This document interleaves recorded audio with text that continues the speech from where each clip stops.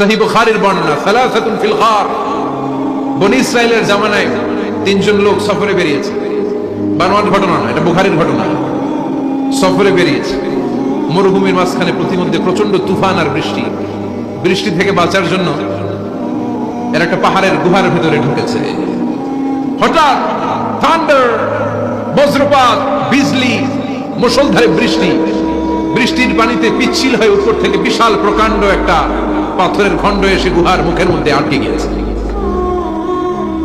যেই গুহার মুখ দিয়ে তারা ঢুকেছে, ওইখানে বিশাল একটা পাথর গড়িয়ে এসে উপর থেকে বলল, অন্ধকার, ভিতরে কোনো আলো নাই, কোনো জনমানব নাই, বাঁচানোর কেউ নাই, কিছু দেখা যায় না, ঘুটঘুটে অন্ধকার। বাইরে থেকে আলো আর অক্সিজেন যে আসবে ওই সুযোগটাও নাই। তিনজন বুঝে গেল আমাদের মৃত্যু এখানেই হবে, আমাদের কঙ্কাল গুলো শত শত বছর এখানে পড়ে থাকবে, কেউ উদ্ধারের জন্য আসবে না, ঠিক না? বাঁচানোর কেউ নাই, অক্সিজেন যতটুকু আছে কিছুক্ষণ পরে এটাও শেষ হয়ে যাবে। তিনজনের একজন বললে আমাদের বাঁচানোর কেউ নাই, একজন ছাড়া তিনি কে? আমাদের তিনজনের জীবনের এমন কোন নেক আমল আছে কিনা যেটা দিয়ে আল্লাহর কাছে দোয়া করা যায়? কার জীবনে কি নেক আমল আছে যেই নেক আমলটা দুনিয়ার কোনো মানুষকে দেখানোর জন্য করা হয় নাই, শুধু করা হয়েছে কার জন্য?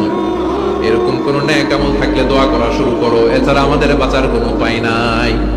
একজন দোয়া করা শুরু করলো, হাদিসে লম্বা একটা হাদিস, আমি সরল বঙ্গানুবাদ শোনাচ্ছি। একজন দোয়া করা শুরু করলো, একজন বলতে শুরু করলো, আল্লাহুম্মা কানা লি আবাওয়ান শাইখান কাবীরান, ও আল্লাহ, আমার বৃদ্ধ বৃদ্ধা মা বাবা ছিল, আমি পেশায় ছিলাম রাখাল, প্রতিদিন রাখালগিরি করার পরে, ছাগলের দুধ দোহন করার পরে যখন বাসায় ফিরে আসতাম, সবার আগে আমি আমার আব্বা আম্মারে দুধ খাওয়াতাম।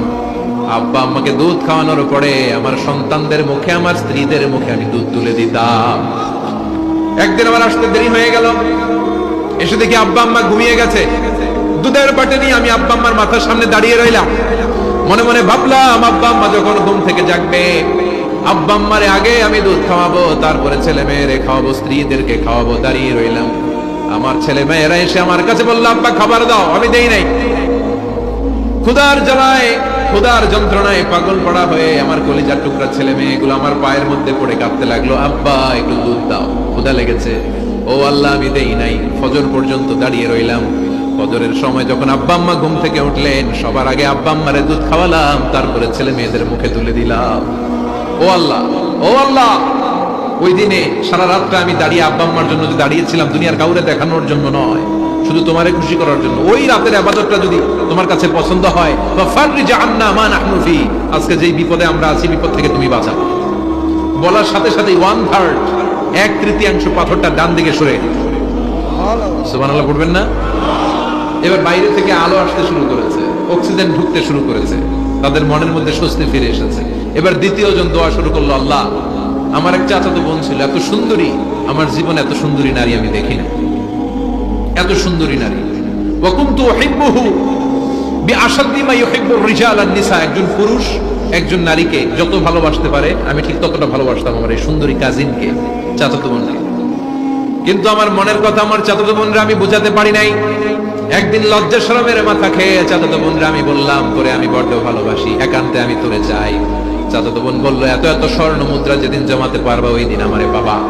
এবার আমি স্বর্ণ মুদ্রা জমাতে লাগলাম, জমাতে জমাতে জমাতে জমাতে বছর শেষে স্বর্ণ মুদ্রার থলে নিয়ে চাচাতো বোনের হাতে দিলাম। চাচাতো বোন আমার অপকর্মে রাজি হয়ে গেল। গোপন একটা রুমের ভেতরে আমরা ঢুকলাম, দুইজনেই জামা কাপড় খুলে নেকেড হলাম, জিনা করব, পাপ কাজ করব। একেবারে ফাইনাল ডেস্টিনেশন আমরা চলে গেলাম। পাপ কাজ যখন আমরা শুরু করব, ইন দা মিন টাইম আমার চাচাতো বোন আমার ডেকে বলে, ও আমার চাচাতো ভাই, ইত্তাকিল্লাহ, ইত্তাকিল্লাহ, আল্লাহরে ভয় কর, আমার সতীত্ব নষ্ট করে দিস না। আল্লাহ ওই মুহূর্ত থেকে ফিরে আসা কোনো পুরুষের পক্ষে সম্ভব ছিল না। ইত্তাকিল্লাহ, এই বাক্যটা শুনে, তোমার আওয়াজ শুনে আমার কলিজার মধ্যে কাঁপুনি ছুটে গিয়েছে। তোমার নাম শুনে আমি আর ধৈর্য ধারণ করতে পারি না।